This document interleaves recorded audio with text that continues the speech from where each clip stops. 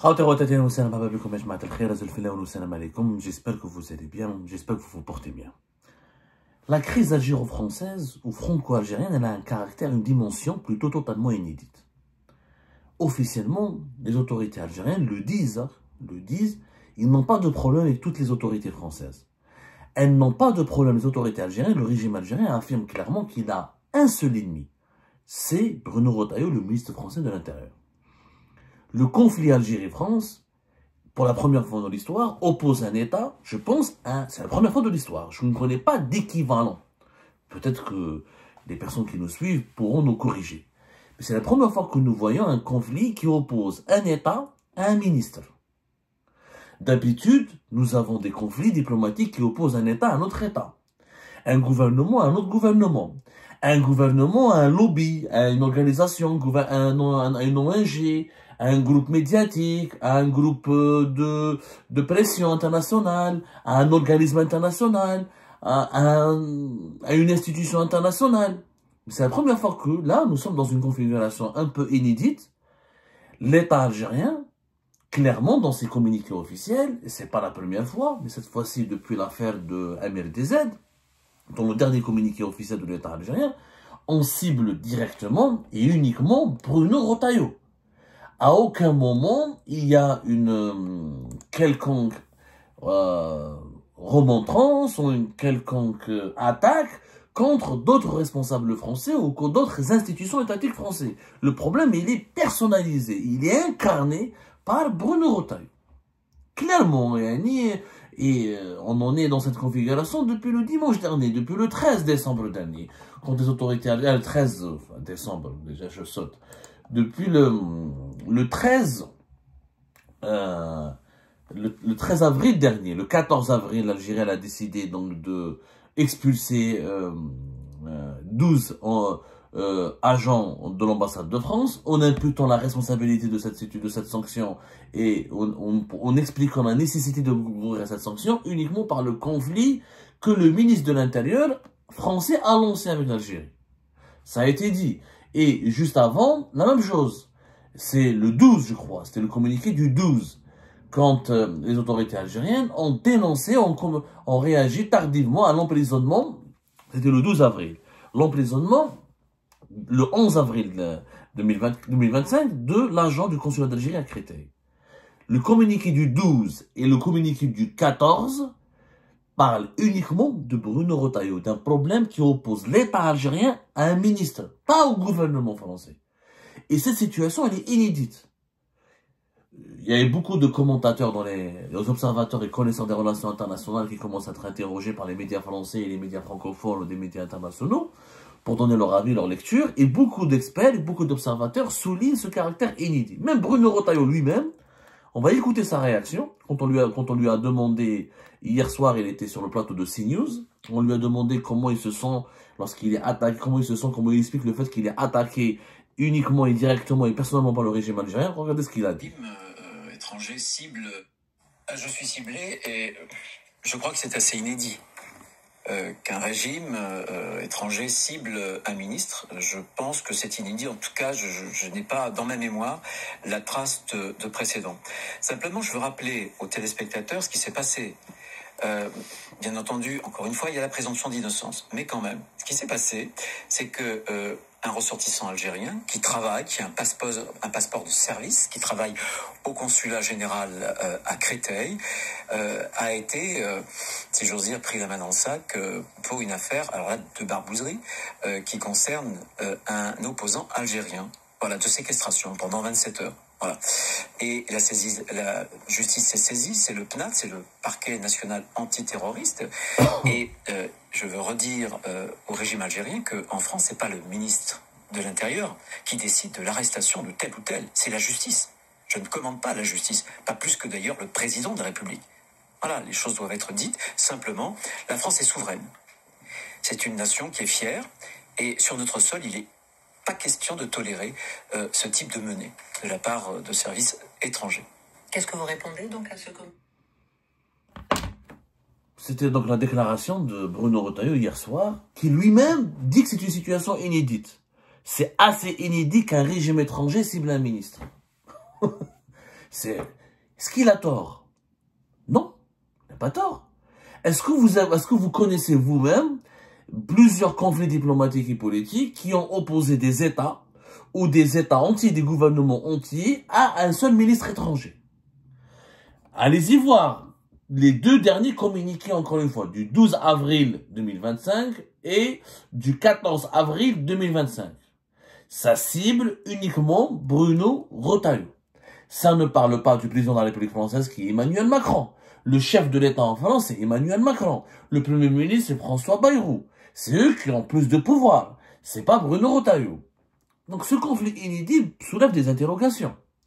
Est-ce que l'Algérie fait bien de s'attaquer uniquement à Bruno Retailleau et seulement à Bruno Retailleau? Est-ce que l'Algérie, est-ce qu'elle adopte une stratégie intelligente? Quelques experts ont été interrogés par la presse française. J'ai relevé quelques lectures très intéressantes. J'aimerais bien les partager avec vous. Alors, il y a un politologue, il y a un spécialiste qui a fait une lecture. Alors, comment il s'appelle? Le premier, Adlan Mohammadi, je crois. Voilà, Adlan Mohammadi dit par exemple, c'est un enseignant géopolitique, il dit que Bruno Retailleau a ciblé de façon singulière l'Algérie, instaurant un bras de fer avec ce pays. Le pouvoir algérien s'en est saisi pour en faire à son tour une cible. C'est une manière de ne pas viser l'ensemble de l'État français et de se conserver une espèce de marge de manœuvre pour dire on veut maintenir un canal de discussion avec l'Élysée et le Quai d'Orsay, mais tout ce qui a trait au ministère de l'Intérieur nous pose problème. Une lecture très intéressante. Je répète ce que cet enseignant en géopolitique a dit. Bruno Retailleau a ciblé de façon très singulière l'Algérie, instaurant un bras de fer avec ce pays. Le pouvoir algérien s'en est saisi pour en faire à son tour une cible. C'est une manière de ne pas viser l'ensemble de l'État français et de conserver une espèce de marge de manœuvre. On veut maintenir un canal de discussion avec l'Élysée, le Quai d'Orsay, mais pas avec Bruno Retailleau. C'est très intelligent, c'est très perspicace ce que relève cet enseignant. Et ce qu'il dit d'ailleurs correspond à une véritable réalité. Bruno Retailleau a été le premier qui a sonné la charge contre le pouvoir algérien.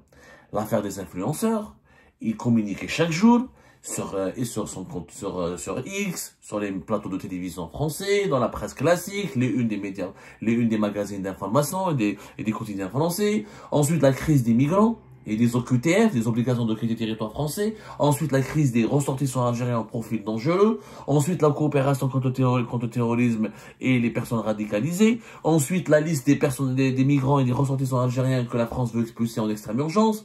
De janvier jusqu'à mars 2025, Bruno Retailleau a occupé les devants de la scène, en se parlant uniquement de l'Algérie. Uniquement de l'Algérie. Il s'est concentré uniquement sur l'Algérie et j'allais dire, ça a payé, puisque le régime algérien a été rapidement titillé, a réagi de façon épidermique, de façon très énervée, très exaspérée, et il leur a rendu l'appareil. Et depuis, les autorités algériennes, les médias algériens, les institutions algériennes, puisque le ministère des Affaires étrangères c'est une institution de l'État, l'opinion publique algérienne, les réseaux sociaux algériens, la webosphère algérienne, les médias en ligne algériens, ils ne parlent tous que de Bruno Retailleau. Il y a très peu d'attaques contre Emmanuel Macron. Très peu d'attaques. Du coup, le problème a été personnalisé. Mais la question qui se pose, est-ce que le régime algérien n'est pas tombé, ou l'Algérie entière, puisqu'il n'y a pas que le régime algérien, est-ce qu'il n'est pas tombé dans une sorte de piège? La question se pose, est-ce que c'est pas un piège? Est-ce qu'il n'y a pas quelque part un guet-apens? Parce qu'aujourd'hui, les autorités algériennes et l'État algérien se retrouvent dans une situation extrêmement délicate. Pour ne pas dire inconfortable, en réalité le mot le plus exact, indélicate. En forçant la main, en essayant de forcer la main uniquement à Bruno Retailleau, ils ont provoqué une sorte de solidarité quasi générale en France avec Bruno Retailleau contre le régime algérien. Et Bruno Retailleau, aujourd'hui, il s'en sort très bien. Au départ, l'Algérie, elle avait complètement raison. Je vous dis la vérité, hein. Au départ, sur la question des influenceurs, sur la question des migrants, sur la question des ressortissants OQTF algériens, sur la question des expulsions décidées en urgence absolue par le ministère français de l'Intérieur, l'Algérie, elle avait raison, parce que c'était Bruno Retailleau qui l'a provoqué. C'est Bruno Retailleau qui bousculait, qui bousillait, qui essayait de titiller le pouvoir algérien pour l'amener à un rapport de force, et qui créait des polémiques incessantes avec l'Algérie. Mais est-ce qu'on n'est pas tombé dans le piège? Quel est ce piège? C'est qu'aujourd'hui, comme le dit Bruno Retailleau, c'est pas moi qui dirige la justice. Aujourd'hui, c'est les juges français qui ont mis en prison, qui ont emprisonné, incarcéré un fonctionnaire du consulat d'Algérie à Créteil. Or, lui, il ne dirige pas les juges. Le communiqué de la présidence française, ce n'est pas son ministère, c'est pas le ministère de l'Intérieur. C'est l'Élysée, c'est Emmanuel Macron maintenant qui parle de consternation, qui parle d'actes incompréhensibles, d'actes injustifiés concernant l'expulsion des diplomates français, qui parle de méconnaissance anormale. C'était hier, le 15 avril 2025. C'est pas le ministère français de l'Intérieur. Et aujourd'hui, on ne sait plus comment on va gérer cette crise algéro-française. Parce qu'officiellement, on épargne Emmanuel Macron. Comme le dit l'enseignant que nous avons cité, on veut établir un canal de communication uniquement avec l'Élysée et le Quai d'Orsay, sauf qu'aujourd'hui, l'affaire la met des aides. Parce que normalement, toutes les autres affaires ont été normalement résolues. La négociation autour de la réconciliation qui a été annoncée le 31 mars 2025, le jour de l'Aïd. C'est une réconciliation qui a abouti à la suite d'un compromis qui a été trouvé entre la France et l'Algérie dans toutes les affaires, y compris Boualem Sansal. Y compris sur le cas de Boualem Sansal, Tebboune a promis d'étudier la possibilité d'une grâce présidentielle. Sur les OQTF, l'Algérie s'est engagée à les étudier sérieusement, à augmenter le taux de délivrance des laissez-passer. Sur les cas des ressortissants dangereux qui sont impliqués dans des actes qui peuvent causer, provoquer des actes de terrorisme, l'Algérie s'est engagée à les reprendre. Et bien avant la visite du chef de la diplomatie française à Alger, Jean-Noël Barrot, avant cette visite, il y avait une réunion qui était prévue entre les préfets des régions où les ressortissants algériens placés dans les centres de rétention font l'objet d'une opération d'expulsion décidée en urgence par le ministère français de l'Intérieur. Il y avait une réunion entre ces préfets français et les consuls d'Algérie qui dirigent ou qui opèrent dans ces régions-là, qui dirigent ou qui ont dans les compétences, les régions qui relèvent territorialement de l'autorité de ces consuls algériens. Tout était en règle, pratiquement, la réconciliation était en marche. Et Bruno Retailleau s'était retiré. Il s'était retiré un petit peu. Entre le 31 mars jusqu'à hier, où il a fait une grande intervention sur CNews pour parler de l'Algérie, des problèmes de l'Algérie, des relations bilatérales entre l'Algérie et la France. Pendant ces 15 jours, Bruno Retailleau s'est fait beaucoup plus discret que d'habitude. Pourquoi? Parce que le piège a fonctionné. Parce qu'Emmanuel Macron, il a utilisé Bruno Retailleau. Bruno Retailleau, vous allez voir pourquoi il a utilisé l'Algérie.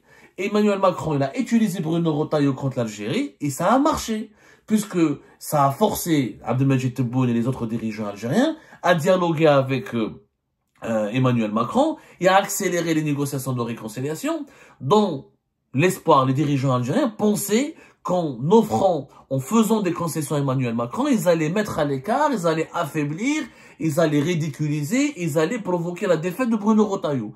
Ils se sont concentrés uniquement sur leur obsession anti-Bruno Retailleau. Mais ils ont oublié que l'État français derrière a été machiavélique. Pourquoi machiavélique? Parce qu'il a signé un accord de réconciliation. Ensuite, il y a eu l'affaire MLDZ. L'affaire MLDZ, officiellement, c'est pas Bruno Retailleau. La DGSI française qui a mené l'enquête relève de l'autorité de Bruno Retailleau, mais la justice qui a décidé d'emprisonner et de mettre en examen le fonctionnaire du consulat d'Algérie à Créteil, c'est pas Bruno Retailleau.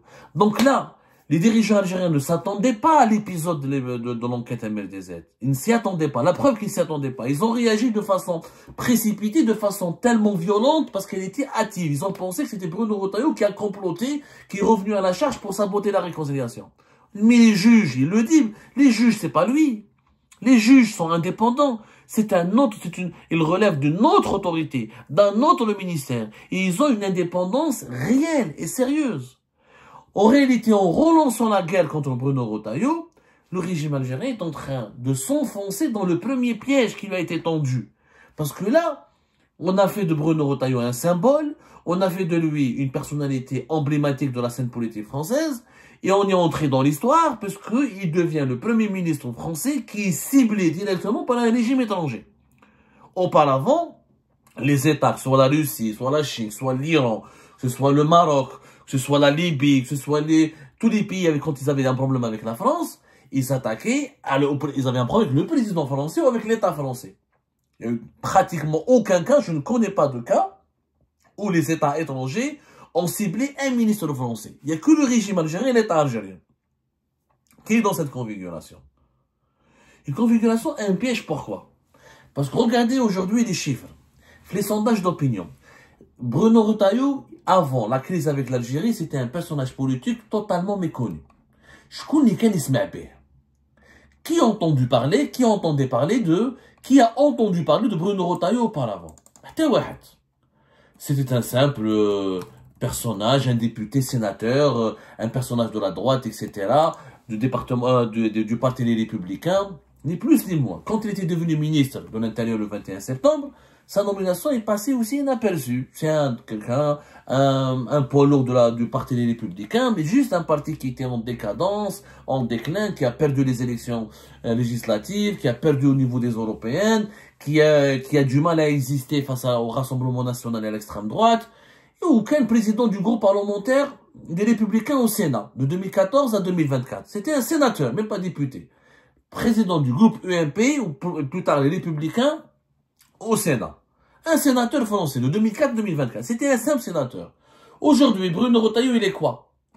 Aujourd'hui, Bruno Retailleau, il est le 4e personnage politique en lice pour remplacer ou pour succéder à Emmanuel Macron, à la tête de l'État français. Après Jordan Bardella, Marine Le Pen et Édouard Philippe, ancien Premier ministre, Jordan Bardella, président du Parti du Rassemblement National, qui est le premier parti de France, pour lequel 10 millions de Français ont voté quasiment lors des élections législatives anticipées, et Marine Le Pen, une figure historique du Front National et du Rassemblement National, et fille de Jean-Marie Le Pen, donc elle est très connue. Juste après, nous avons Bruno Retailleau. Bruno Retailleau, aujourd'hui, 18% des Français interrogés récemment sont satisfaits de son action et pensent qu'il peut accéder à la présidence de la République. 9% sont très satisfaits, 35% ni satisfaits ni mécontents, 19% sont très mécontents et 16% sont mécontents. Mais il a quand même 18% de stress plutôt satisfaits et de 9% satisfaits. C'est devenu le 4e personnage politique populaire et le mieux positionné pour devenir président de la République en France. Grâce à qui? Comment il a obtenu cette popularité? Grâce à l'Algérie. Et les autorités algériennes sont tombées dans ce piège. Il a instrumentalisé les tensions avec l'Algérie pour se faire une excellente publicité politique, une très belle opération de promotion. Et les autorités algériennes ont trouvé le piège. Ils lui ont ouvert un boulevard royal. Plus Bruno Retailleau a été diabolisé par l'Algérie, ses autorités et sa presse, et ses élites dirigeantes, et ses élites et ses institutions, plus sa cote populaire elle monte, et plus il est candidat pour la présidence de son parti des Républicains pour le 17 mai prochain. Ensuite, il va se positionner pour les élections présidentielles. L'Algérie, grâce à l'Algérie, Bruno Retailleau, il a émergé. Il est devenu une bête politique, un personnage important. Il a dépassé Gérald Darmanin, Gabriel Attal, Xavier Bertrand, Éric Ciotti, François Hollande qui était un ancien président, Bernard Cazeneuve, des gens qui étaient anciennement ministres et qui étaient au pouvoir bien avant lui. Lui, en quelques mois au pouvoir, grâce à l'Algérie, paf, il explose. Si c'est pas un piège, c'est quoi? En réalité, les dirigeants algériens et les Algériens, quand on leur parle, ils pensent qu'ils ont vraiment affaibli Bruno Retailleau, qu'ils l'ont humilié, qu'il n'a rien pu obtenir, mais il a obtenu grâce à l'Algérie ce qui était inespéré pour lui. Une promotion politique. Un positionnement. Il a intégré le top 4 des potentiels candidats au remplacement ou à la succession d'Emmanuel Macron pour les élections présidentielles françaises. C'est inespéré. L'Algérie lui a fait un immense cadeau. Et elle continue de lui faire un cadeau puisqu'elle a rabaissé un État. En réalité, l'Algérie, elle s'est rabaissée à un conflit avec Bruno Retailleau. Qui fait un État et se bagarre avec un ministre. Bruno Retailleau, demain, il risque demain de mourir, il risque de partir, il risque de disparaître. Mais l'Algérie continuera d'exister. Bruno Retailleau, il a une durée de vie limitée, c'est un être humain. L'Algérie est un pays, est une idée, est une cause, est une valeur, est un idéal qui a survécu, qui survivra à ses habitants, à ses présidents, aux présidents français et aux autres. L'Algérie existe depuis des millénaires, elle continuera d'exister après pour des millénaires. On l'espère en tout cas. Mais Bruno Retailleau, il est là que pour quelques années. Comment un État peut avoir un conflit direct avec un seul ministre, avec un seul individu? Un ministre, c'est quoi? C'est d'abord et avant tout un individu. Donc cette dimension inédite entre le conflit entre le pouvoir algérien ou l'État algérien avec Bruno Retailleau est en train de lui rendre un service. Bruno Retailleau n'est pas humilié, n'est pas affaibli. Au contraire, il se renforce. Il était quasiment un inconnu au bataillon. Jamais, je pense que des Françaises et des Français auraient pensé à lui pour éventuellement choisir un successeur à Emmanuel Macron. Et aujourd'hui, il est dans le top 4 des personnalités les plus célèbres et les plus populaires. Merci qui? Merci aux dirigeants algériens. Cette stratégie algérienne de diaboliser uniquement et de bousculer, de se bagarrer uniquement avec Bruno Retailleau pour garder des canaux de discussion et soulager la Palestine sur Emmanuel Macron a été catastrophique. A été catastrophique pour moi. Parce qu'on a fabriqué un véritable candidat aux élections présidentielles. Qui plus est, il a bien compris que plus il fait de l'anti-algérianisme, plus il gagne. Plus il monte en puissance. Et ça, les dirigeants algériens ont du mal encore à le comprendre.